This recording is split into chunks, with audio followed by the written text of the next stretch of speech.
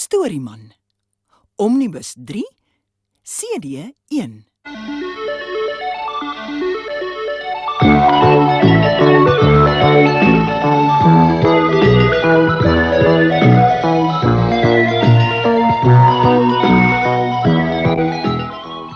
My naam is Storieman. Ek is 'n kabouter met 'n rooi broek, groen baadjie en wit pluim in my hoed. Op hierdie CD is daar allerlei mooi stories en rympies uit my storiekas. Lekker lees en lekker luister. Soetlief en die ondier.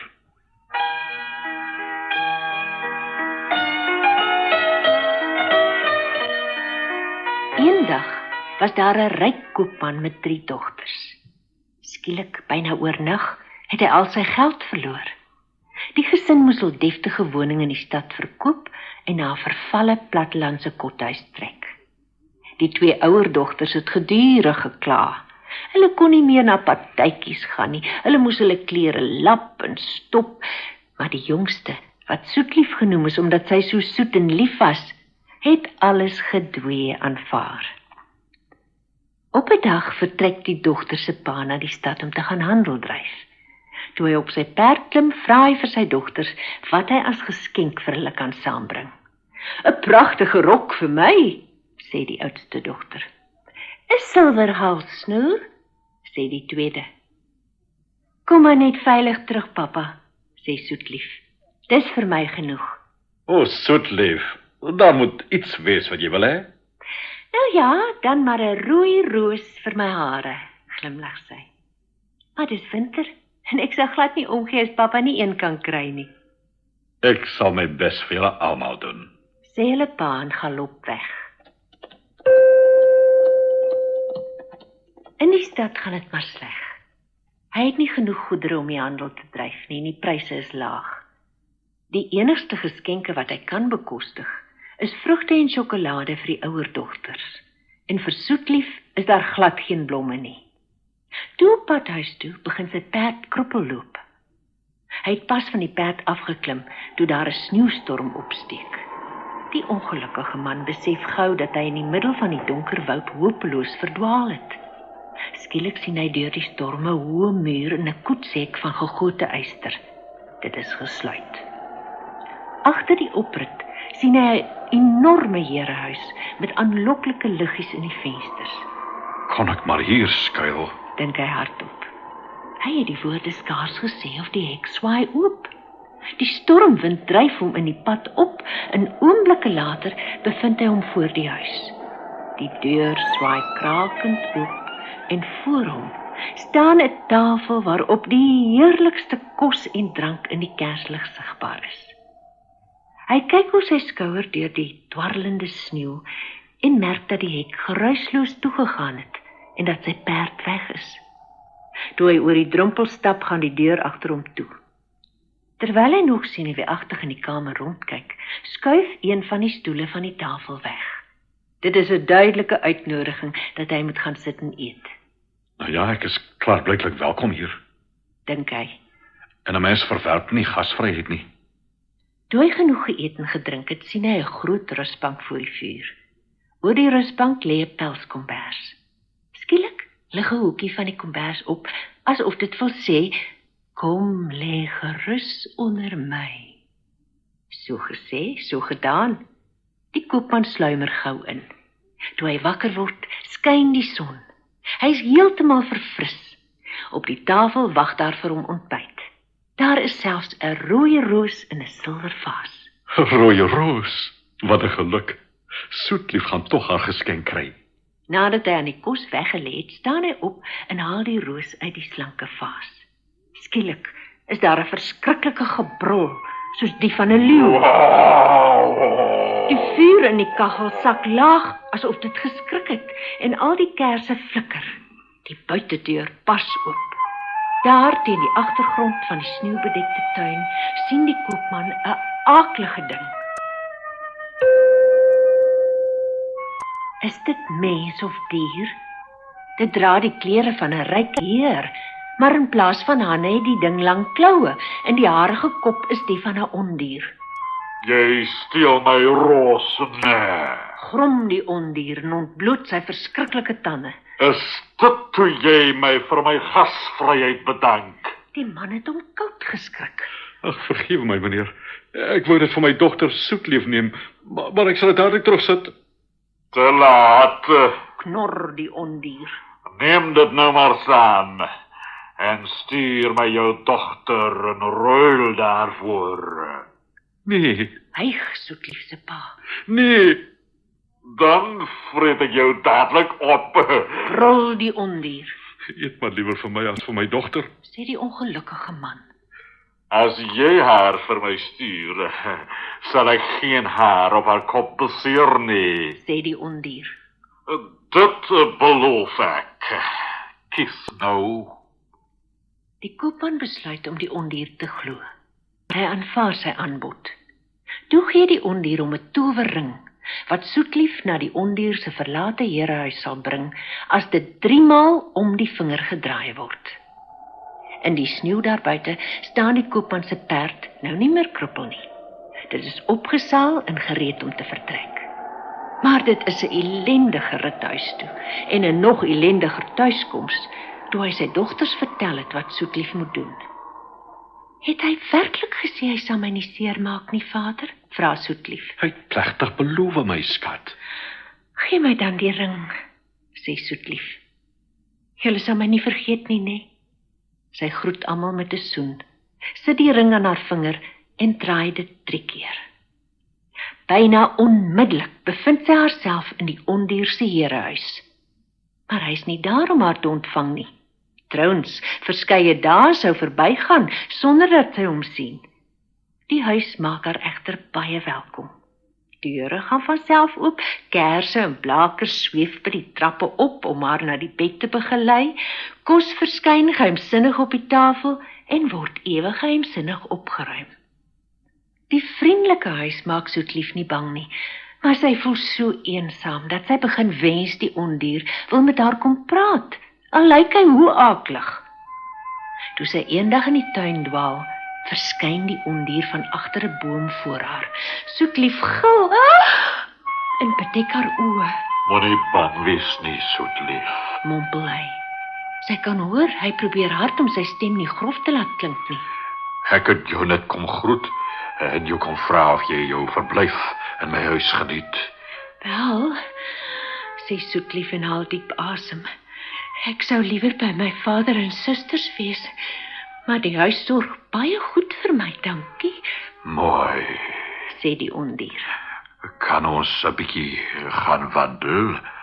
Toe begin die twee deur die groot tuin stap, en daarna kom die ondier dikwels met Soetlief gesels, maar hy kom nooit aan tafel saam met haar eet nie. Eendag sien Soetlief hom soos 'n dier oor die maanverligte grasperk sluip. Met 'n skok besef sy dat hy wilde diere jag om te eet. Toe hy opkyk, sien hy haar by die venster. Hy sit sy kloue voor sy gesig en brul van skaamte. Hoewel hy so afstootlik is Soetlief so eensaam en die ondier so vriendelik, dat sy begin vooruitsien na hulle ontmoetings. Terwyl sy een aand by die vuur sit en lees, kom hy van agter na haar aan en fluister. Trou met my, Soetlief. Hy lyk so hoopvol dat Soetlief vir hom jammer voel. Ek hou werklik baie van jou, ondier, maar nee, ek wil nie regtig met jou trou nie, ek het jou nie lief nie. Verskeie kere hierna vra die ondier haar weer om met hom te trou, maar elke keer sê sy, nee, altyd so hoflik as sy kan. Op 'n dag tref hy haar by die fontein in die tuin aan. Sy huil.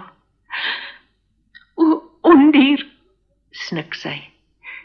Ek is jammer om te huil terwyl jy vir my so goed is, maar dis een van die dae winter. Ek is nou al byna 'n jaar hier, ek het heimwee, ek mis my pa so. Tot haar vreugde sê die ondier, Jy mag 7 dae huis toe gaan as jy beloof om terug te kom. Soetlief beloof dit en draai die ring aan haar vinger. Hoe bly is haar pa en susters toe Soetlief gedurende die ete in die kombuisie van hul kothuis verskyn. Hulle bring 'n wonderlike week saam deur. Soetlief vertel haar gesin alles van haar vreemde gasheer in sy huis en hulle vertel haar wat tuis gebeur het. Die gelukkige week gaan sonder taal of tyding van die ondier verby. Miskien het hy vergeet, dink Soetlief. Ek sal 'n bietjie langer bly. Nog 'n week gaan verby en tot haar vreugde gebeur niks. Die gesin sug van verligting. Toe, een aand, terwyl sy haar hare in 'n spieël kam, vervaag haar eie weerkaatsing. En daar sien sy die beeld van die ondier. Hy lê langs die maanverligte fontein. Dorre blare het hom byna toegewaai. O, ondier, roep Soetlief met trane in haar oë. Moenie dood wees nie, ek kom terug, liewe ondier. Sy draai die ring 3 maal en staan langs hom in die tuin.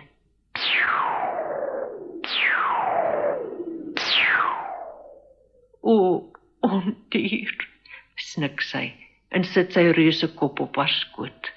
Ek wil jou nie doodmaak nie, ek het jou lief. Sy probeer die blare van hom afvee, maar haar oë is so vol trane dat sy niks kan sien nie. Skielik praat hy. Kyk na my, Soetlief. Vee jou trane af. En kyk wat hy gedoen. Soetlief kyk af en sien dat sy 'n bos goue hare streel. Die ondier het verdwyn en in sy plek is 'n aantreklike jong man. Wie is jy? Hyg sy. Die jong man neem haar gesig in sy hande. Ek is 'n prins. Sê hy. 'n Heks het my getoer en my in 'n ondier verander. Net die ware liefde van 'n jong meisie kom my bevry. Ag, Soetlief. Ek is so bly jy teruggekom. Sal jy nou met my trou? Natuurlik, my prins, ek sal. En tot in lengte van dae het die twee gelukkig saamgewoon.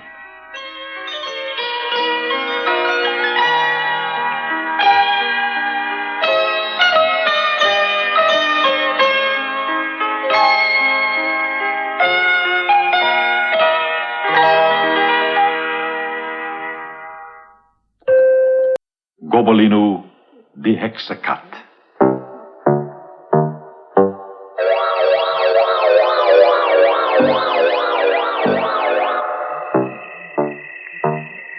Op 'n donker bewolkte nag kruip 2 klein katjies uit die spilonk waar hulle gebore is. Dit is die eerste keer dat hulle buite die grot kom. Gobelino tuur voor hom uit. Dit is so donker dat hy skaars sy tweelingsuster Pikketina kan sien. Sy is so swart soos die nag self. Wat wil jy word wanneer jy groot word? Vra Gobelino. 'n heksekat soos ma, sê Pikketina. Ek sal leer om te toer en om op 'n besemstok te ry en hoe om muise in paddas te verander. Ek sal saam met die vleermuise en die uile op die nagwind sweef en miau skree en die mense sal fluister. Daar gaan Pikketina die heksekat. Gobelino bly lank stil voor hy sê. Ek wil 'n kombuiskat wees. Ek wil met my potjies voor my bors by die vuur sit en spin. En wanneer die kinders van die skool afkom, sal hulle my ore trek en my kielie en terg. Ek sal die huis oppas en agter die muise aanjaag en vir die baba sorg. En wanneer al die kinders in die bed is, sal ek op hulle ma se skoot spring. En hulle sal my Gobelino die kombuiskat noem. Wil jy nie sleg wees nie? Nee, sê Gobelino. Ek wil so soet wees dat die mense my liefhet. Mense hou nie van heksekatte nie. Op hierdie oomblik val 'n maanligstraal oor die katjies. Pikketina sis en trek haar rug krom. Poetie, een van jou pote is wit. Almal weet dat heksekatte van kop tot tone swart is, met grasgroen oë. In die diep donker spilonk het niemand dit gemerk nie, maar nou val die maanligstraal op 'n spierwit sokkie. En Gobelino se pragtige ronde oë is blou, helder blou. Pikketina hardloop by die spilonk in. Ma, gil sy. Gobelino het 'n wit sokkie en blou oë en hy wil 'n kombuiskat wees. Die maagkat kom na die bek van die spilonk. Die heks is kort op haar rakke. Hulle klap Kobolino onderste bo, gee hom verskeie taai oorvee, trek sy stert genadeloos en gooi hom uit die donkerste, klampste hoekie van die spilonk, tussen die hekse paddas. Later hoor hy die heks vir sy ma sê: Pukretina sal 'n slim heksekykie word, maar wat gaan ons met Kobolino doen? Toe die maan opkom, klim die heks in haar kat op haar besemstok. Die twee klein katjies is agter hulle in 'n sak vasgemaak. Kobolino tuur deur 'n gaatjie in die sak. Hulle vlieg so vinnig dat die sterre soos 'n diamantreën verbytrek. As hy afkyk, word hy duiselig. Pukretina mel van vreugde, maar Kobolino bibber en angstrane drup op sy wit voorpoot. O, asseblief, hou op, hy lei. Maar niemand steur hulle aan hom nie. Eindelik swiep die heks in haar besemstok op die Blitsberg neer. Daar woon 'n lelike ou wyf wat dadelik instem om Pukretina groot te maak en as heksekat op te lei. Pukretina is so opgewonde dat sy skaars tyd het om haar boetie te groet. Sy wil dadelik begin leer hoe om mense in paddas en ander nare goed te verander. Maar die ou wyf weier om Kobolino te aanvaar. "Hy heksekat met 'n wit poot. Niemand wil so 'n ding hê nie." Toe ry Kobolino maar weer weg, die heks en sy ma op die besemstok. Hulle lê by 50 grotte besoek af. Maar nie een van die ander hekse wil Kobolino hê nie. Eindelik vlieg hulle huis toe. En weer slinger die heks Kobolino tussen die paddas in. Toe hy die volgende môre wakker word, is hy stok alleen. Die heks en sy ma is weg. O, sê nou, hulle kom nooit weer terug nie, kerm hy. O, wat gaan ek maak? Maar toe kom 'n gedagte by hom op. Nou sal ek nooit 'n heksekat hoef te wees nie. Ek kan vir my 'n gelukkige huis gaan soek waar ek tot 'n lengte van dae kan woon. En hy hou op met huil. Die heksegrot staan op die zoom van 'n woud, nie ver van 'n rivier af nie. Kobolino was sy gesig en pels baie versigtig, toe draf hy deur die landerye totdat hy die woud nie meer kan sien nie. Voor hom lê die borrelende rivier, vol helder kleurige visse wat sy mond laat water. Weldra kom 'n pragtige forel, pink en goud en blou, stadig na hom aangeswem. Kobolino bewe van opwinding en lig sy voorpoot op. Net toe gewaar die forel hom en flits met 'n swaai van sy stert weg. Die katjie gryp na die vis, verloor sy ewewig en beland met 'n geweldige plons in die water. Maar hy is 'n heksekat en hy begin swem. Hy swem en die stroom spoel hom ver weg van die spilonk waar hy gebore is. Eindelik loop die rivier tussen plase deur. Hier speel 'n paar kinders op die wal. Kyk, roep hulle. Daar's 'n katjie in die water. Oh, hy gaan verdrink, roep een van die dogtertjies. Gou haal hom uit. Die seuns hardloop na die wal en hengel Kobolino druip nat met 'n stok uit die water. Oh, wat 'n pragtige blou oë. Hy het 3 swart pote en 1 spierwitte. Die kinders neem Kobolino na hul ouers se plaashuis. Daar sien Kobolino die soort kombuis waarvan hy gedroom het. Daar is blink geskuurde potte en panne op die rakke, 'n knetterende vuur en 'n baba in 'n wiegie. O, ek is darm gelukkig, dink Kobolino. Nou kan ek my hier tuis maak en vir ewige kombuiskat bly. Die boer se vrou neem Kobolino op haar skoot en vee sy nat pels met 'n warm doek droog. Nou waar kom jy dan vandaan, katjie? Vra sy. Hoe het jy in die rivier geval? Jy kom verdrink het. Miauw. Toe sy pels droog is, gee die vrou hom 'n bietjie warm melk. En toe sy die koeie gaan melk, speel hy met die kinders. Elke heksekat ken allerlei kunsies. En hoewel Kobolino 'n kombuiskat wil wees, ken hy hulle ook.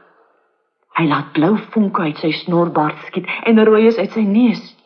Door die kinders se opwinding maak hy homself onsigbaar en verskyn dan skielik weer. Hy kruip op allerlei snaakse plekke weg.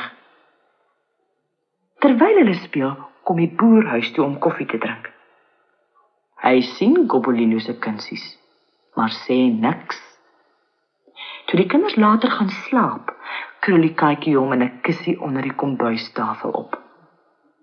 Die vuur brand laar.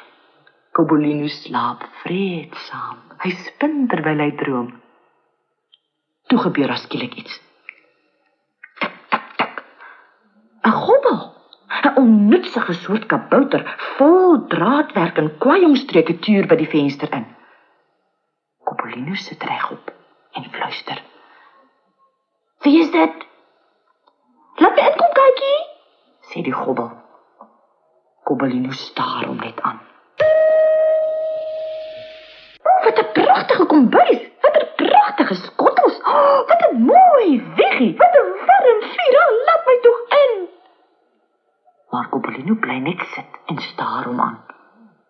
Die gobbel begin aan die venster ruk. Ja, julle kombuiskatte is almal dieselfde. Kyk hoe warm en knus sit jy daar en kyk na my, koud en eensaam buite.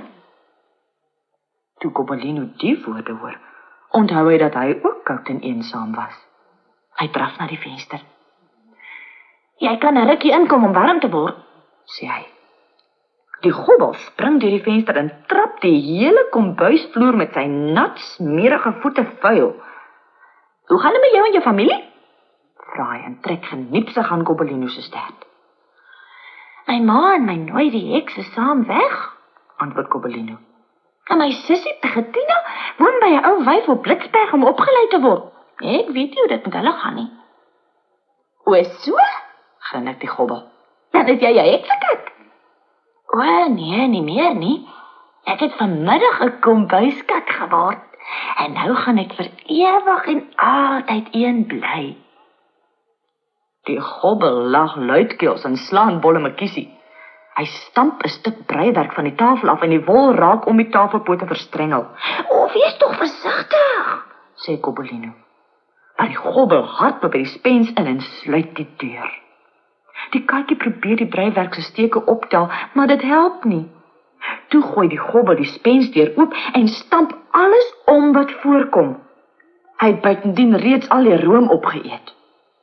Nou ja, weg is ek, heksekatjie, sê die gobbel en spring deur die venster. Gobolino keer na sy kussie terug en raak weer aan die slaap. Vroeg die volgende oggend kom die boerevrou onder toe. Haar breiwerk is in 'n gemors. Die hele plek lyk ellendig. Oral lê konfyt en stroop op die vloer. Potte is omgestamp, eiers en borde is gebreek. Alles lyk veslik. En oor die hele vloer het iemand met room geskryf: Gobolino is 'n heksekat. Kyk net die gemors, gil sy. Ek sê mos, sê die boer. Hy is 'n heksekat, 'n niks en 'n ellendeling. Ek gaan hom verdrink. Toe Gobolino die boer se kwaai stem hoor, spring hy uit sy kussie en storm by die kombuisdeur uit. Oor die keie draf hy verby die hooimeet en by die heuwel op. Gister was ek 'n heksekat, dink Gobolino. Gisterand was ek 'n kombuiskat. Nou lyk dit asof ek 'n ander soort kat sal moet word. Watter soort kat kan dit wees?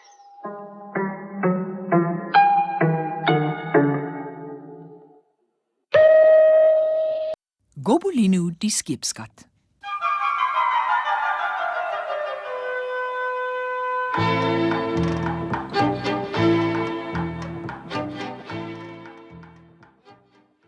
Gobolino draf in die stowwerige pad af. Hy wonder wat vir hom voorlê. Hy is as heksekat gebore. Gister was hy nog 'n kombuiskat. Nou moet hy seker maar iets anders word. Teen die aand kom hy by 'n bedrywige stadjie. Die ligte in die vensters knip oogvriendelik. In 100 gelukkige huise knetter vure en vet verwende katte sluimer op stoele. Maar Gobolino behoort aan niemand nie.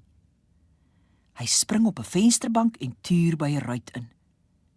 In die kamer staan dosyne groot koue en in elke kou sit 'n kat op 'n blou fluweelkussing.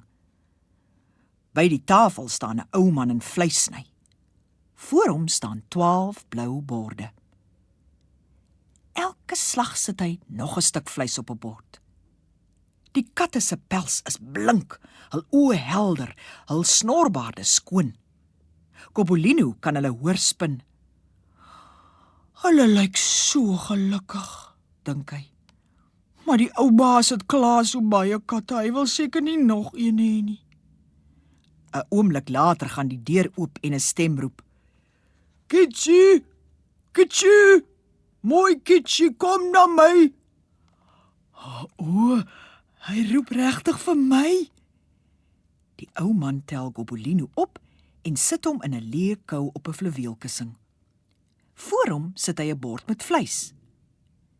Na rukkie vra Gobolino vir die kat in die kou langs hom. Hoekom is ons almal in koue? Weet jy dan nie? Vra die kat minagtend. Jy's nou 'n skoukat. Die volgende oggend borsel en kam die ou man sy katte een vir een. Hy's verbaas toe hy gekleurde vonke uit Gobolino se pels sien spat. Terwyl hy met die kat werk, sê hy aanhoudend: Pragtige pels. Kyk die mooi stert en die kleure in die wonderlike blou oë. Die ander katte grom. Ha, hulle is jaloers, sê die ou mannetjie en bind 'n rooi lint om Gobolino se nek.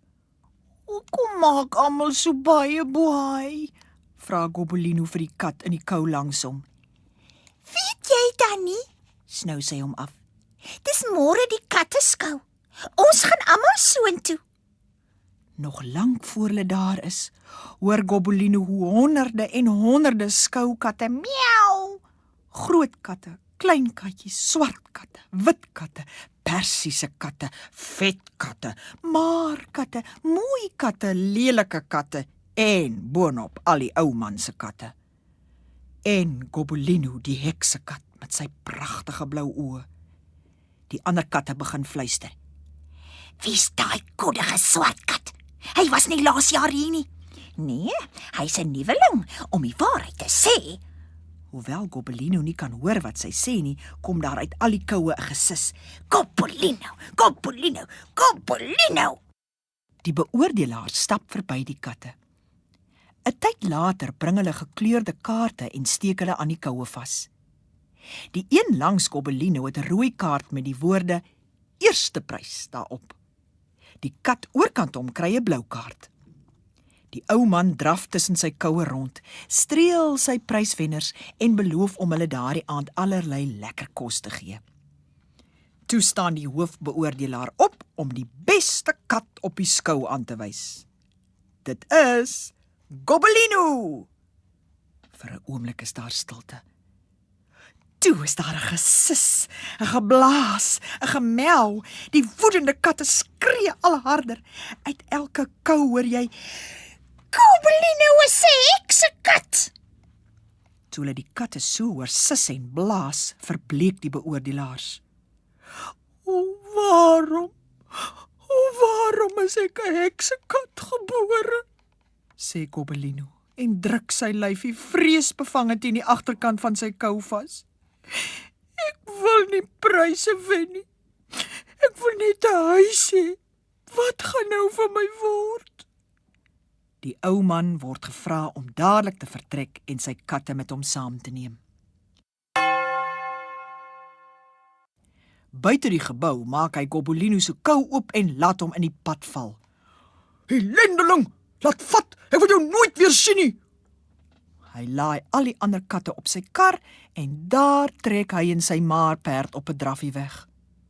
Gobolino is nie jammer om hulle te sien gaan nie. Dit was vir hom werklik nie 'n plesier om 'n skoukat te wees nie, en in 'n kou kon hy nie veel langer woon nie. Ek is seker daar's eers 'n huis waar ek welkom sal wees, dink hy. Stadig maar seker draf Gobolino suid in die rigting van die see. Hy gaan deur dorpies en dorpe, verby kothuise en opstalle, maar nêrens is daar iemand wat hom verwelkom nie. Uiteindelik sien hy die silwer fonkelende see en die skepe met hul bruin seile. Sy hart bons. Op die kaai gaan hy in die son sit. Hy kyk na die skepe en die meeuwe en die matrose. Skielik hardloop 'n muis van agter 'n stapel toue uit. Coppolino spring daarop en maak dit dood. "Puik," sê 'n stem agter hom. En daar staan 'n jong matroos wat vriendelik glimlag. "Daar's baie muise op my skip," sê die matroos. "En ons het nie 'n skeepskat nie. Kom saam, dan vang jy hulle vir ons." Hier is uiteindelik iemand wat my nodig het, dink Coppolino. Ek is seker ek sal 'n goeie skeepskat wees. Die Mary Maud, want dit is die skip se naam, seil deur sonnige oseane, verby eilande, koraalriwe en helder blou strandmere. Maar een oggend verdonker die lug. Die wind waai oor die kalm blou water en laat rimpels daarop verskyn. Die skaduwee van 'n seeheks trek oor die son. Die matrose sien haar hoog in die lug vlieg, maar dink sy's 'n seemeeu. Toe die aand daal, is daar 'n woedende storm. Die branders is so hoog soos berge, die skip sidder. Dit seil teen die branders op en by die branders af. Die wind huil en die skip se spante kraak. Enorme massas water stort telkens op die dek neer. 2 keer red 'n matroos Coppolino net voor hy oorboord spoel. Toe dit donker word die storm nog hewiger. "Ag, sal dit nooit eind kry nie," dink Coppolino terwyl hy van kant tot wal geslinger word. Die volgende oggend woed die storm nog steeds. Maar nou hoor Coppolino 'n nuwe geluid, die lied van die seeheks.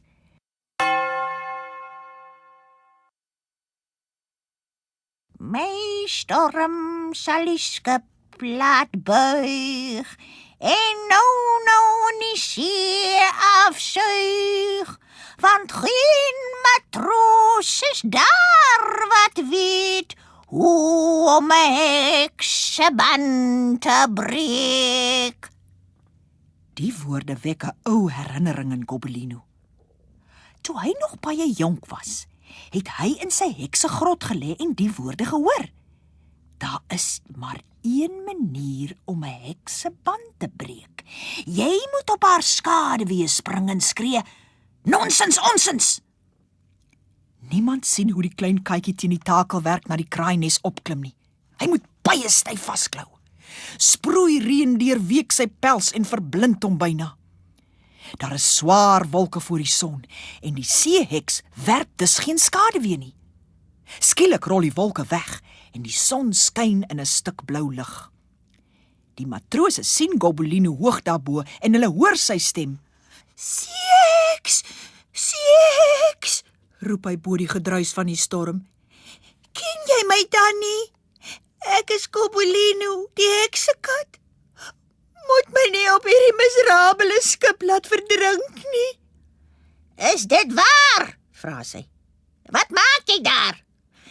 "Die matrose het my aan boord geneem. Ek kon nie wegkom nie." "Heksekatte swem soos robbe," sê die seeheks terwyl sy al nader en nader aan die skip vlieg. "Spring in die see en swem. En wanneer die skip gesink het, sal ek jou met my besemstok oplaai en weer huis toe neem." "Oh, dis so ver en so diep," snik Coppolino. "Ek is so bang. Daar val ek." Nou goed, sê die seeheks ongeduldig. "Spring op my besemstok wanneer ek verbyvlieg." Net toe die wolke weer voor die son begin inskuif, swiep die seeheks verby die kraaines. 'n Oomblik lank val haar skaduwee op die planke. Toe spring Coppolino. Nie op die besemstok nie, maar op haar skaduwee. En toe hy spring, skree hy, "Nonsens, onsens!" Met 'n gil van woede verdwyn die seeheks. "Verraaier, verraaier!" skree sy. Die wind sluk haar in. Skielik daal 'n doodse kalmte op die see neer. Die skip is veilig.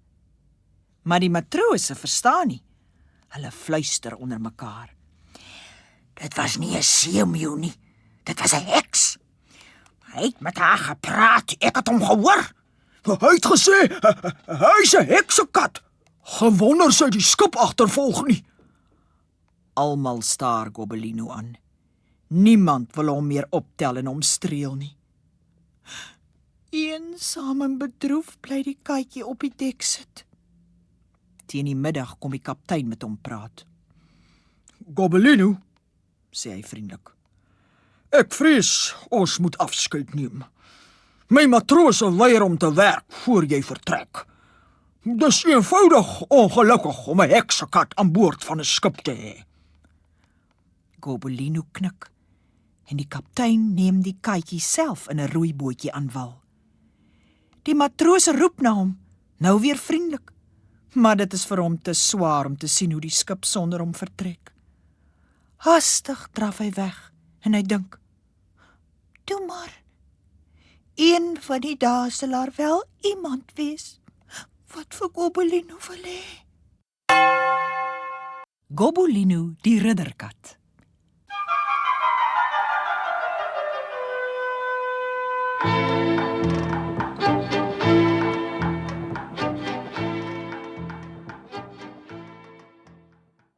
Eendag sit Gobelino treurig langs die pad. Skielik hoor hy 'n perd aankom. Klip, klop, klip, klop. 'n Pragtige strydros draf in die pad af. Maar die ridder op die perd se rug lyk bleek en treurig. Toe die perd Gobelino sien, styer hy oorent van die skrik. Die ridder val byna van sy rug af. "Dag, Kitsie," sê die ridder. "En wat maak jy op die koning se hoofweg? Jy's 'n baie mooi katjie. Kom, spring op my perd, dan vat ek jou saam." Terwyl hulle verder ry, vertel die ridder waarom hy so bedroef is. Hy is verlief op 'n beeldskone dame, Maria, sê hy. Maar haar pa het haar in 'n hoë toring toegesluit tot sy kan besluit met wie sy wil trou. Sy het 2 minnaars, die ridder self en die swart baron wat daar naby in 'n kasteel woon. Albei minnaars gaan haar elke dag besoek en neem vir haar wonderlike geskenke. Die dame Maria het beloof om te trou met die een wie se geskenk die ander man nie kan raai nie. Elke dag raai die swart baron watter soort geskenk die treurige ridder gebring het. En elke dag raai die treurige ridder watter geskenk die baron gebring het. Die toring self staan in die middel van 'n woud en dit word deur 'n reuse draak bewaak. Die draak is oud, lui en baie vaak, maar Gobelino het nog nooit 'n draak gesien nie en sy hele lyfie bewe van vrees toe hy die monster aan die voet van die toring sien lê. Met die katjie op sy arm klop die ridder moedig aan die toringdeur. Die lui draak maak sy een oog oop en staar hulle aan, maar hy beweeg nie. Rosabel, die dame Maria se diensmeisie, hardloop by die trappe af en maak die deur oop. "Is die dame Maria alleen?" vra die ridder. "Ja, my heer, sy is. Die baron is 'n halfuur gelede weg. En hy het vir haar die pragtigste stel ivoorballe gebring wat u nog ooit aanskou het." Gobelino verstaan nou hoe die 2 minnaars dit so maklik vind om mekaar se geskenke te raai. Die ridder en Gobelino stap agter Rosabel by die trappe op. Bo in die toring sit die dame Maria by haar spinwiel en kyk oor die woud uit. "O, wat 'n pragtige katjie," roep sy uit. "Kom sit tog op my skoot." Gobelino spring op haar skoot en sit daar en spin. "Bly by my katjie," fluister die dame Maria. "Dis so eensaam hier in die toring. My enigste geselskap is my diensmeisie en die lawwe ridder en die onnosele baron en die lui draak. Jy's die mooiste geskenk wat ek nog ooit ontvang het." Gobelino spin van vreugde toe hy die woorde hoor. Die volgende oggend leun die dame Maria by haar venster uit en sê, "Ek kan die baron sien kom. Laat hom in, Rosabel, maar moenie sê watter geskenk die ridder my gister gebring het nie." Gobelino weet maar te goed dat Rosabel die baron van hom gaan vertel. Hy glip agter haar aan by die kamer uit en sis in haar oor. As jy die baron sê dat ek die geskenk was, Rosabel, verander ek jou in gemmerbrood en dan eet die draak jou op. Die swart baron hamer op die toringdeur en Rosabel maak dit oop. Maar sy sê geen woord van die ridder se geskenk nie. Die baron is woedend toe hy by die trappe opstorm, want Rosabel het hom nog altyd tevore alles vertel. Die ridder het seker vir jou 'n koppel duwe gebring, Vra hy vir die dame Maria. O nee, glad nie. En as jy nie binne die volgende 2 dae kan raai wat dit was nie, trou ek met hom en nie met jou nie. Toe die aand daal, begin die dame Maria op haar harp speel. Die musiek word al treuriger, tot sy uiteindelik in trane uitbars. O, Gobelino, wat gaan van my word? Nou sal ek met die ridder moet trou, en ek wil met geen een van hulle trou nie. Ek is verlief op 'n edele jong heer, maar hy's na die oorlog, en nou sê my pa ek moet met een van hierdie onnoosele mansmense trou. Wat sal ek doen? Die volgende oggend bring die baron vir Rosabel 5 goue munte, maar nog steeds weier sy om hom te sê wat die ridder se geskenk was. O nee, snik sy. Ek durf dit nie doen nie. Die geskenk sal my in gemmerbrood verander en my met sy kloue krap. Dis 'n kat, skree die baron. 'n Heksekat! Op dieselfde oomblik kom die ridder daaraan. Die 2 minnaars jaag by die trappe op en Rosabel kom snikkend agterna. Dis 'n heksekat, roep die baron uit. Rosabel het jou gesê, skree die ridder. Die kat gaan ons almal toer, sê die baron toe hy bo kom. Ek eis u hand, my dame, sê die ridder. Maar voor Maria kan antwoord, pluk die baron sy swaard uit en 'n geweldige geveg begin. Net toe weer klink die gesketter van 'n beul deur die woud. 'n Ruiter galop na die toring. Dis my jong heer, gil die dame Maria en storm by die trappe af. Rosabel volg haar, spring oor die draak en hardloop snikkend huis toe. Maar die dame Maria gaan haar jong minnaar tegemoet. Hy tel haar op, sit haar op die saal voor hom en galop weer by die woud in. Bo in die toring is die ridder en die baron nog steeds aan die baklei. Hulle raas so baie dat die draak begin wakker word. Stadig roer hy. Toe strek hy homself uit.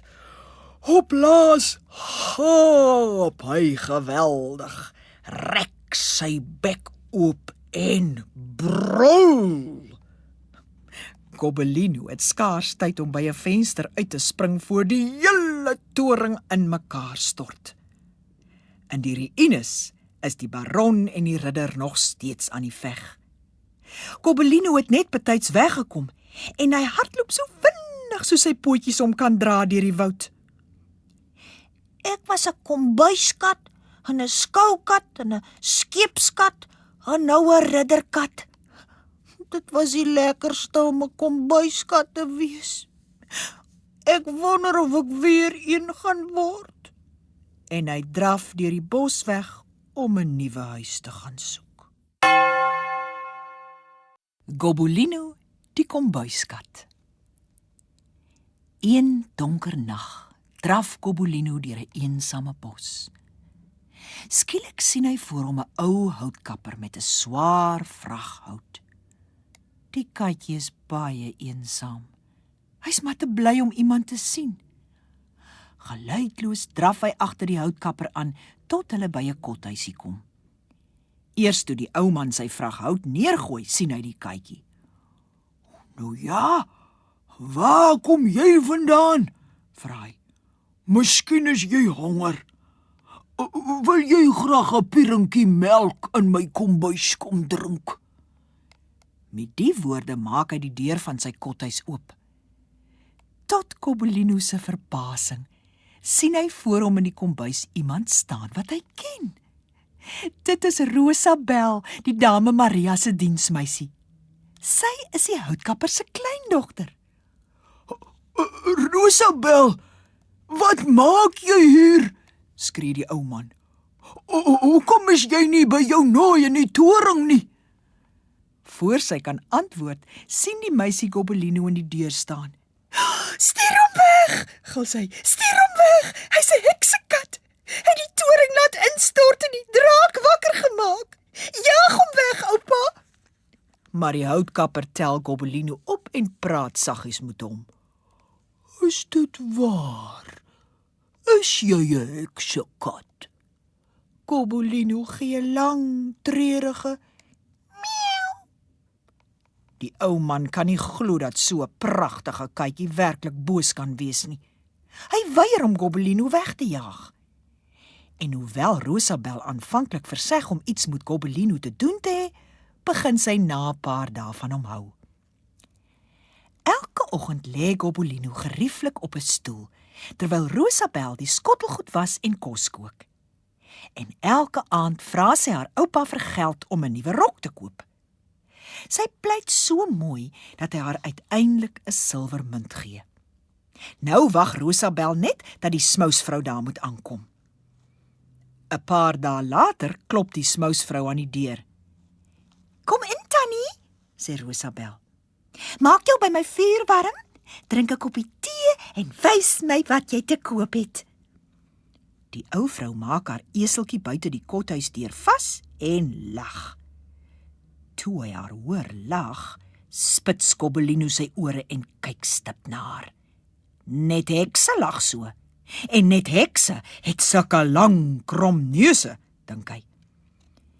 Die ou vrou wys vir Rosabel haar sy en satijn. Die meisie kies 'n rol goudkleurige stof wat in die sonlig glinster. "Dis genoeg vir 'n rok," sê Rosabel. "Wat kos dit, Tannie?" "2 silwermunte," sê die heks. "Maar ek het net 1. "Wat? Dink jy ek gaan dit weggee?" En die heks begin haar goed inpak. "Wag eers, kan ons nie liewer ruil nie?" vra die meisie. "Ek kan vir Tannie my silwermunt en 1 van die koeke gee. Of my sybedspray, of ons koekoekorlosie." "He, lag die ou vrou. "Ek eet bessies uit die veld en slaap in slote. Moenie vir my koeke of bedspraye of horlosies aanbied nie. Maar daar is 1 ding wat ek wil hê, my kind. Gee my daar die mooi kykie en die silwermunt en jy kry die satijn." "Maar die kat behoort aan my oupa," sê Rosabel. "Hy sal my nooit vergewe as ek Gobelino weggee nie."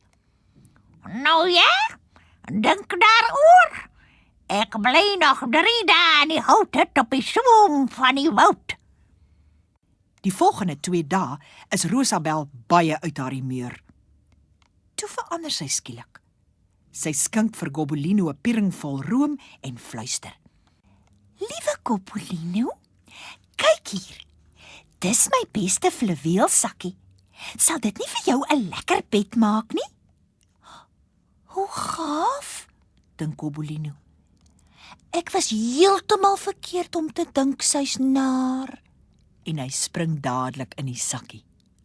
Toe hy eers in is, trek Rosabel die lintjie styf. Gobelino kan nie uit nie. "Nou het ek my goue rok. Ek sal vir oupa sê sy het weggeloop." En sy stap vinnig met die fluweelsakkie deur die woud. By die houthut is die ou vrou net aan die inpak. "Ho, ho!" kekkel sy. "Ek het geweet jy sal kom." Sy neem die sak en hang dit aan die esel se saal. Toe gee sy vir Rosabel die goue satijn in ruil vir Gobelino en die silwermunt. Weke lank reis sy en Gobelino deur 'n aaklige heksewêreld waar die son nooit skyn nie. Toe besoek die smousvrou 'n vriendin wat in 'n spilonk hoog teen die berg woon. By die bek van die spilonk sit 'n jong swart kat met grasgroen oë. Dit is Gobelino se tweelingsuster, Pikgetina. Die katjies is baie bly om mekaar te sien. Saam drink hulle 'n bakkie sop wat in die heksepot gebrou is. En Pikgetina wys vir Gobelino al die heksestreke wat sy geleer het. Sy laat vreemde musiek uit die pot kom. Klein pink varkies sweef deur die spilonk. Sy maak die heks onsigbaar en verander Gobelino 'n paar oomblikke lank in 'n knalrooi kat.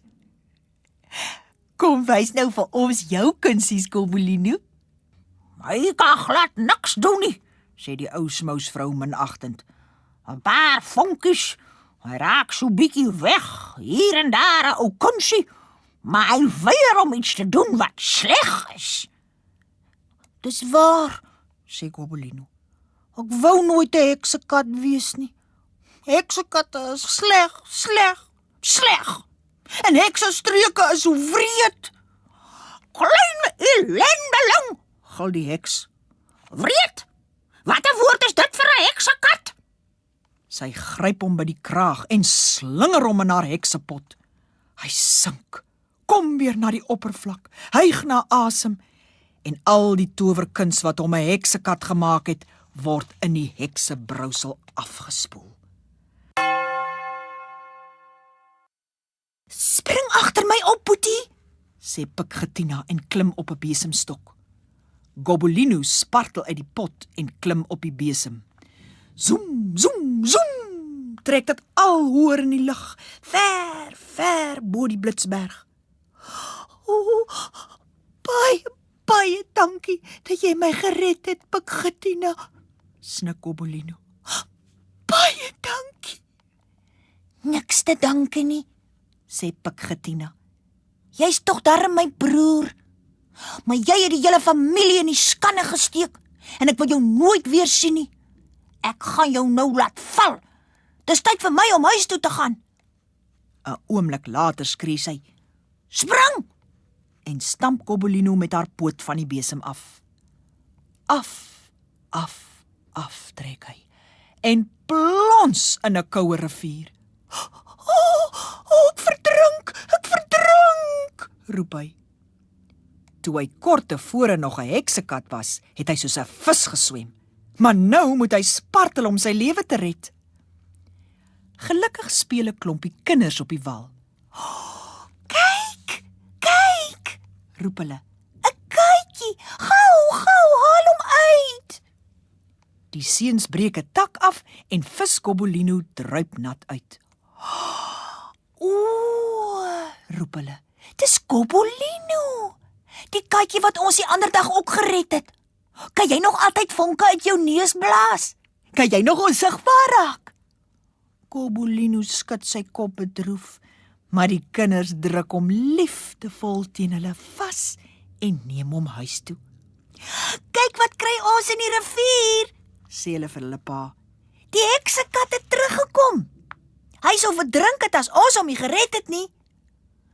Heksekatte swem, hulle verdrink nie, Sê die boer. Toe neem hy Gobelino by hulle en bekyk hom baie sorgvuldig. Dis nie 'n heksekat nie, Sê hy.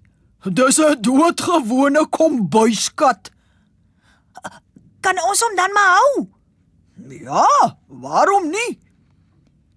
Een vir een gaan die verheugde kinders slaap. Die boer se vrou gee vir Gobelino 'n piering vol room. Toe spring hy op haar skoot en sluimer in. Eindelik, na so baie vreemde avonture, het Gobelino geluk gevind. Hy het 'n huis waar hy van plan is om vir altyd te bly. Hy is Gobelino, die kombuiskat. Die gelukkige prins.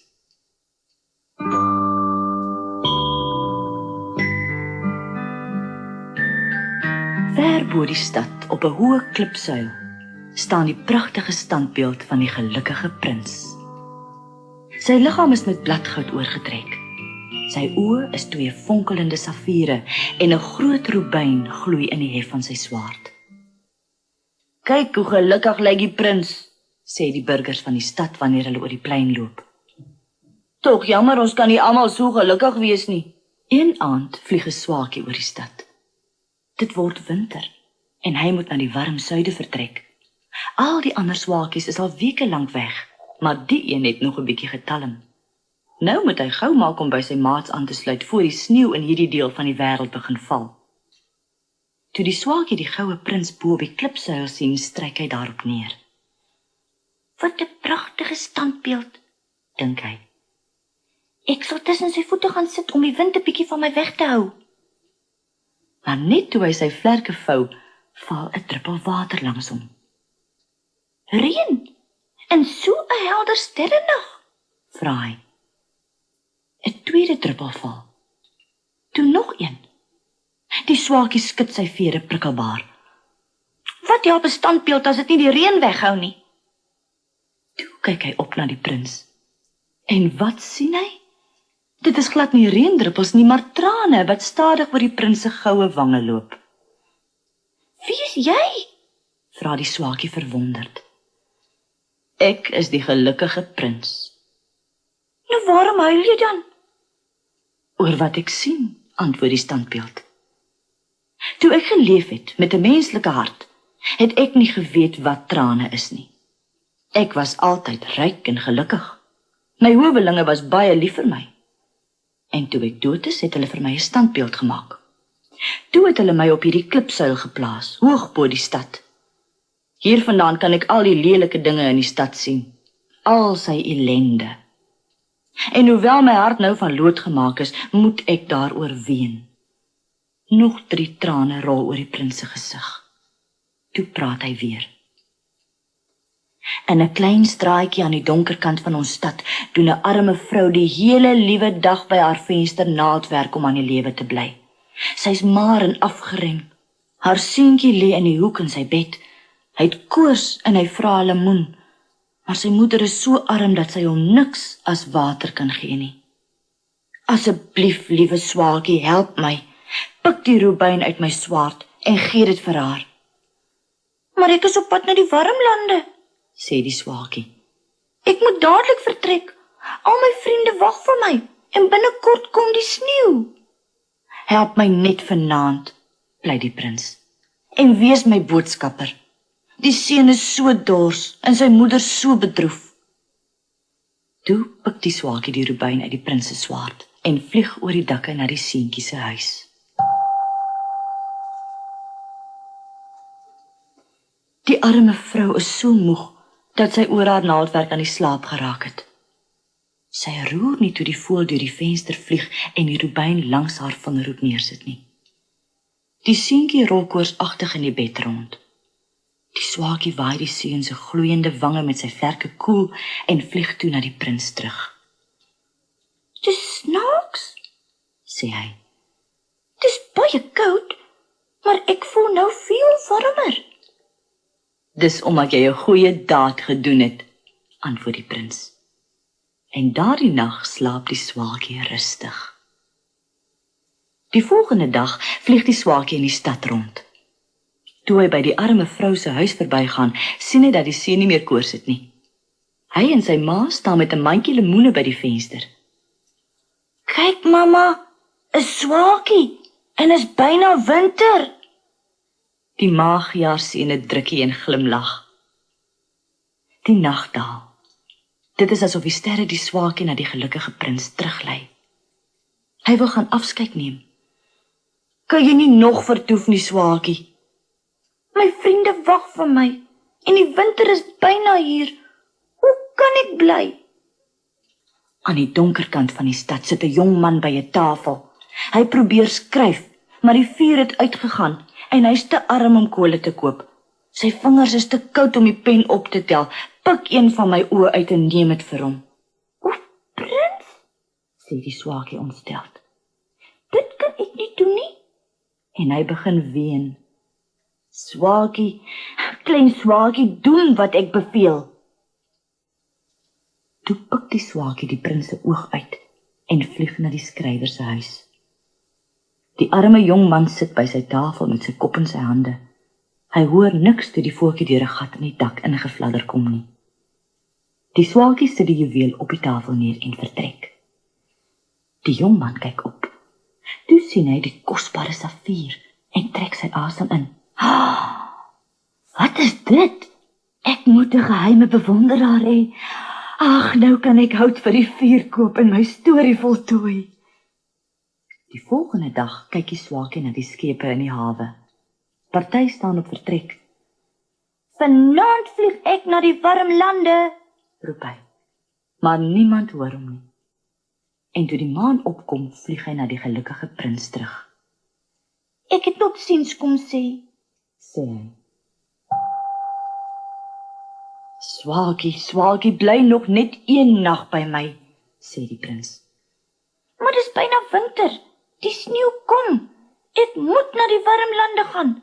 As ek nie nou by my vriende gaan aansluit nie, sal daar nie vir my plek wees om 'n nes te bou nie. Die prins swyg 'n oomblik voor hy sê. In die plein staan 'n dogtertjie in die sneeu. Sy verkoop vuurhoutjies, maar sy het vandag nog nie 'n enkele dosie verkoop nie.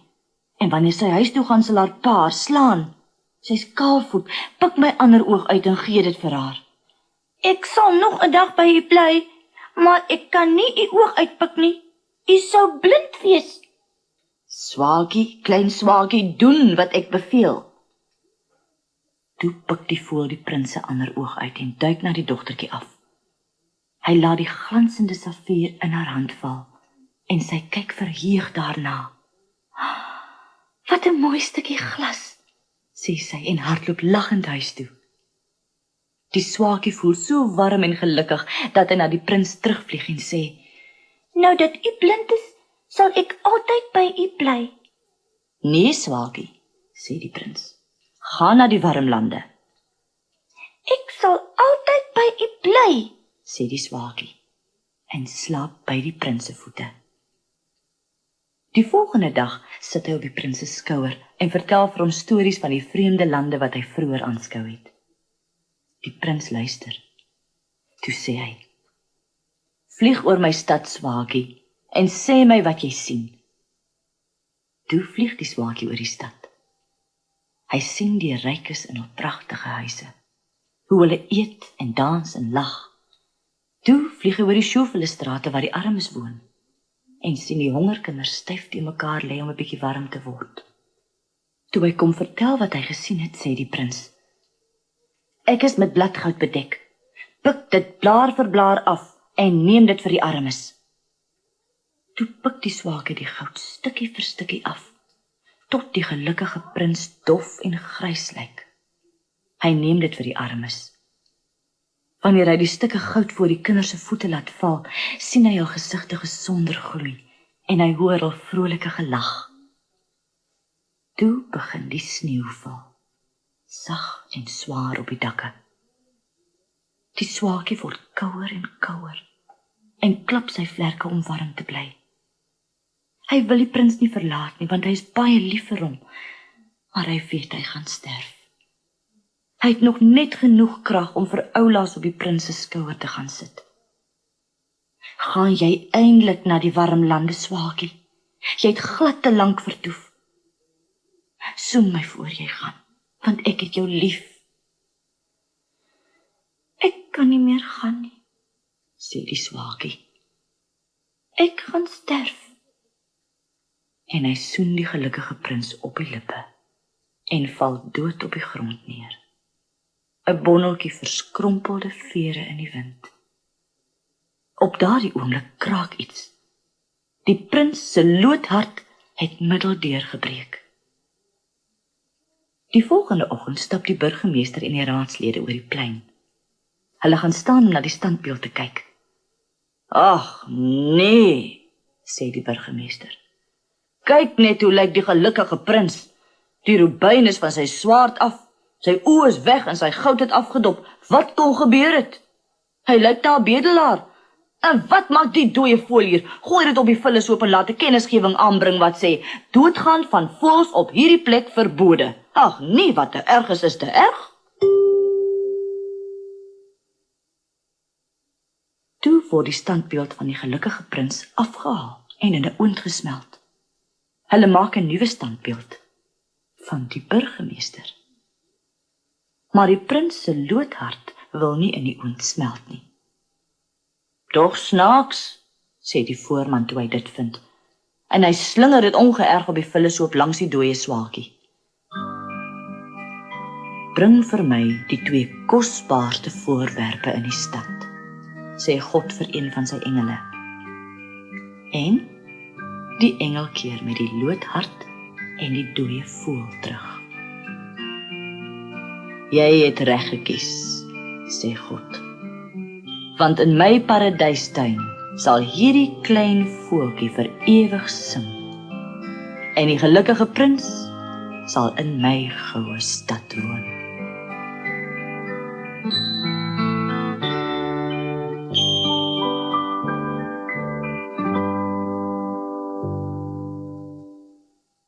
Die geleende velskoene.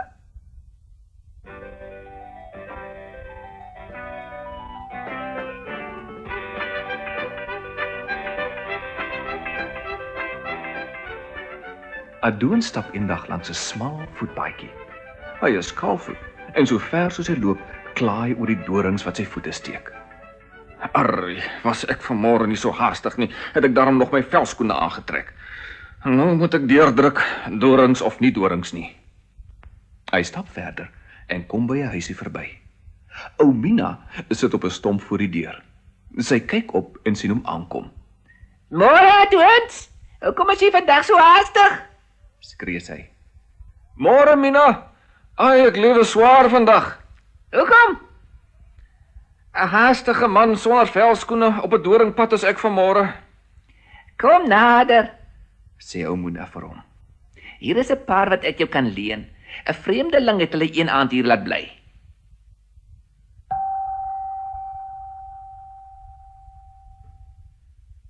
As hulle pas. O ja, al te seker. Hulle is vir my ou man te klein. Ou Mina bring die paar velskoene en Adoons gaan sit om eers 'n paar kwaai dorings uit sy voete te trek. Ou Mina vertel hom van die vreemdeling. Ja, sy oë was soos 2 vuurvonke en sy naels lank. Sonder om 'n woord te praat, het hy hier gesit en eet. Toe hy weggaan, trek hy die paar velskoene uit en gooi hulle op die grond voor my deur. Maar Adoons skud sy kop oor sulke ondankbaarheid. Ja, raai. Toe ek wil vra waar hy vandaan kom, is hy weg. Dis waar. Sulke onbeskofte mense kry jy nog. Maar hulle eet jou kos op sonder om eens dankie te sê. Adoons vat die velskoene en trek hulle aan. Maar skaars was albei aan sy voete of hy begin rondspring. Ou Mina raak aan die lag toe hy so rondtrap. My liewe tyd, Adoons, wat makeer jou? Jy op 'n muurshoop geslaap? Kyk hier, Mina, dit is getoorde skoene. Kyk hoe gaan hulle te kere. Ek kan hulle nie stilhou nie. Voor ou Mina nog 'n woord kon praat, vlieg Adoons weg. Daar trek hy. Hy skop en spring en wip en wals. Hy draai en dans, hy huppel en hardloop, maar stil staan is min. Ou Mina gooi haar voorskoot oor haar kop. Sy skater van die lag. Dis getoorde skoene, dis getoorde skoene, skree sy ook. Help, help! Staan stil julle karnalies, skree Adoons vir sy eie voete, maar is net verniet. Toe ou Mina ewe versigtig onder haar voorskoot uitloer, sien sy vir Adoons daar ver deur die vlaktes dans en spring. Adoons is mal, sê sy, en uitgeput van die lag gaan sy toe maar weer op die ou stomp voor die deur sit. Miskien kom hy darm weer terug met sy paar geleende velskoene. Die arme Adoons het aan die dans gebly. Hy was al flou toe hy by 'n ou varkwagter verbydans. "Hoet man, is jy mal?" skree die varkwagter. "Ag, loop, jy's mal," skree Adoons baie vererg. Weer wals hy by 'n hut verby. 'n Ou skaapwagter steek sy kop uit. "Hier, Adoons, wat pronk jy dan so vanmôre?" "Ag, loop slaap in die kaap," skree Adoons. Hy is nogal mooi warm, regtig moeg en baie, baie kwaad. As ek maar net vir 'n minuut kan stil staan, gee ek alles wat ek besit, sug hy. Maar Adoons dans en Adoons wals. Hy spring en hy huppel en hy trippel en hy trippel, tot by die dorp. Wat op aarde gaan ek nou maak as die paar lelike goed aan my voete nie in die dorp wil stil staan nie? 'n Entjie verder kom Adoons by 'n tuin verby. Hier is 'n ou man besig om ertjies te pluk. Toe hy voetstappe hoor, kyk hy op Net betyds om te sien hoe Adonis oor sy draad spring en dwars deur sy ertjies en boontjies wals. Die tuinier word so kwaad dat hy 'n tuin vergryp en vir Adonis agterna sit. Vang hom, skree hy. Maar Adonis is vooruit en vinnig by die hoek om. 'n Vet ou man wat van die ander kant afkom, is gouk afgeloop. En onderwyl hy nog probeer om weer op die been te kom, het Adonis al ver weg gedans. Sta stil jou kanalie, watter mal streek het jy vanoggend? Skree 'n groot diener. Maar Adonis staan nie stil nie. Half uit asem skree vir die diener: Vang my asseblief tog, konstabel, my skoene wil nie stil staan nie. Die diener wil nog gryp, maar hy is te laat. Die tuinier, die vet ou man, die diener en 'n hele boel ander mense is agterna. Maar hoe hulle ook rondspring, die velskoene dans skoon onder hulle uit. 'n Ou vrou met 'n groot bondel wasgoed op haar kop is reg voor in die pad. "Gee pad voor!" skree Adonis, maar sy is te stadig. Die ou vrou lê onderste bo met haar bondel wit wasgoed in die modder. Sy begin vir Adonis uitskel, maar Adonis is al daar onder by die hospitaal verby. En hy dans nou by die winkels een kant in en die ander kant uit. Die spul mense is agter hom aan. Nou vat hy koers rivier toe. Hier het hy so 'n paar maal op die wal in die lug gespring en kaplaks binne in die water. Nou dans Adonis in die water dat die skuim so waai. Die padda spat na alle kante. Die krokodille en otters duik ook weg toe hulle rus so verstoor word. Stadig kom hulle koppe een vir een weer uit. Aha, sê 'n groot hongerige krokodil. Ek het mos nog nie vanmiddag geëet nie. Jy sal lekker smaak. Hy maak sy bek wyd oop, maar net toe hy wil hap, glip Adonis so deur sy bek en ander kant by die rivier uit. Die mense hardloop almal oor die brug agter Adonis aan. Vang my, skree hy weer. 'n Paar seuns bedink 'n plan. Hulle gaan haal 'n tou, vat 'n kort pad en gaan lê vir Adonis voor. Maar wie sê, toe hy by die tou kom, vlieg hy daaroor en daar trek hy weer. Die skoene begin nou al snaakser word. Net soos hulle by 'n hoë gebou kom, wil hulle teen die mure op, by die kerktoring op die huise se dakke, rondom skoorstene, maar Adonis wals nog een stryd deur. Naderhand dans hulle met die onwillige Adonis by die stasie verby, en al op die treinspoor langs gaan hy soos 'n wind. Friet! Blaas die trein agter hom. Nou is hy regtig in die nood, van die trein kom agter hom aan. Hoe hy ook al rondspring om van die spoor af te kom, dis net verniet. Vinniger en al vinniger kom die trein. O, sloffies en pantoffels, as my skoene maar nou gou genoeg is, kom ek daarom nog vry, dink Adonis. Net toe die trein kort op sy hakke is, vlieg die paar skoene in die lug op en hy kom bo op die trein se dak te lande. Op en af die hele lengte van die trein dans Adonis. Die trein verdwyn in 'n tonnel en toe dit aan die ander kant uitkom, is Adonis nie te sien nie. Die mense kyk op en almal is verwonderd om te sien dat Adonis nou berguit dans met die voetpaadjie langs tot boe en weer aan die ander kant af tot onder in die vlakte. Hier staan 'n groot klomp tente in 'n ry. Dit is 'n soldatekamp.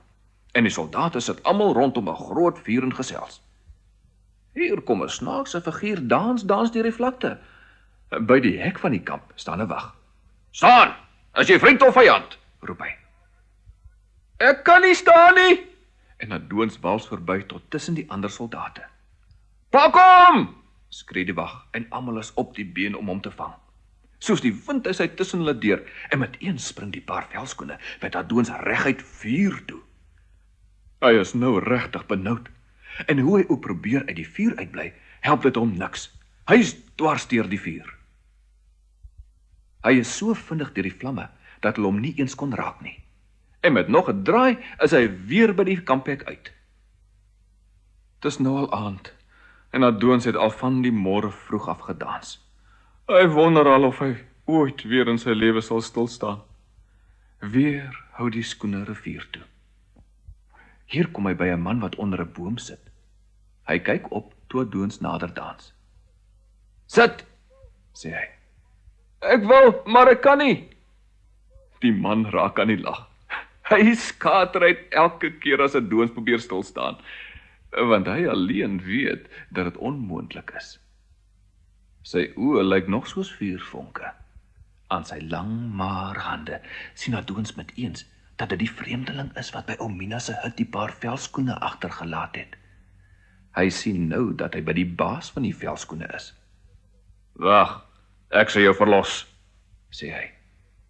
Hy kyk die 2 velskoene stip aan en sê net, kom hier.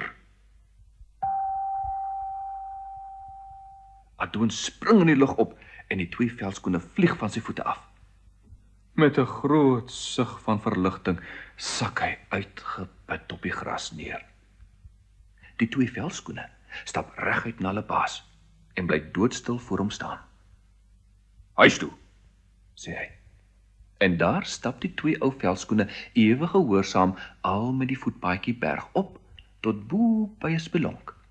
Hier stap hulle binne en gaan doodgerus in 'n hoekie lê en wag. Adonis het met verwondering die skoene agterna gekyk toe hulle so alleen wegstap. En toe hy weer omkyk om met hul baas te gesels, het die sommer hier by hom spoorloos verdwyn. Adonis was so moeg dat hy daar onder die boom aan die slaap geraak het. 2 klein klonkies het hom daar gekry en het nader gekruip, elkeen met 'n doringtakkie in die hand. En onder baie gelag begin hulle sy voete kielie, dat sy tone so krul. Hy skrik wakker. "Haai julle fabone, weg van my voete!" skree hy. "Pa het ons gestuur om vir pa te soek, en as pa slaap, moet ons sorg dat pa wakker word en huis toe kom." Flou gedans, die voete seer en die voetpaadjie vol dorings, het Adonis sukkel tuis gekom. Maar tot vandag toe nog wil sy ou vrou niks glo van die storie van 'n paar geleende velskoene nie.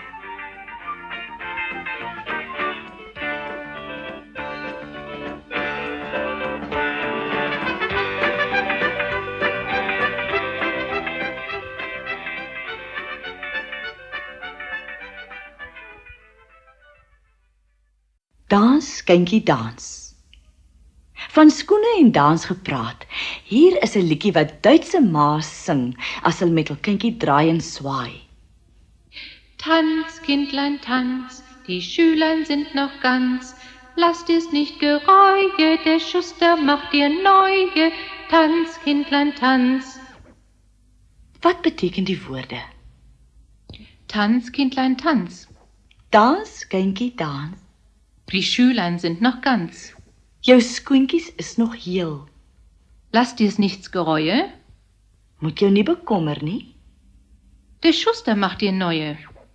Die skoenmaker maak vir jou nuwes. Tanz, Kindlein, tanz, wir winden einen Kranz. Rot und blaue Blümelein, die sollen in dem Kranze sein. Tanz, Kindlein, tanz. Wat beteken die woorde? Wir winden einen Kranz. Ons vleg 'n kraans. Rot und blaue Blümelein. Rooi en blou blommetjies. Die sollen in dem Kranze sein. Moet in die kraans kom. Luister nou weer na die liedjie. Tanz, Kindlein, tanz, die Schülein sind noch ganz. Lass dir's nicht gereue, der Schuster macht dir neue. Tanz, Kindlein, tanz.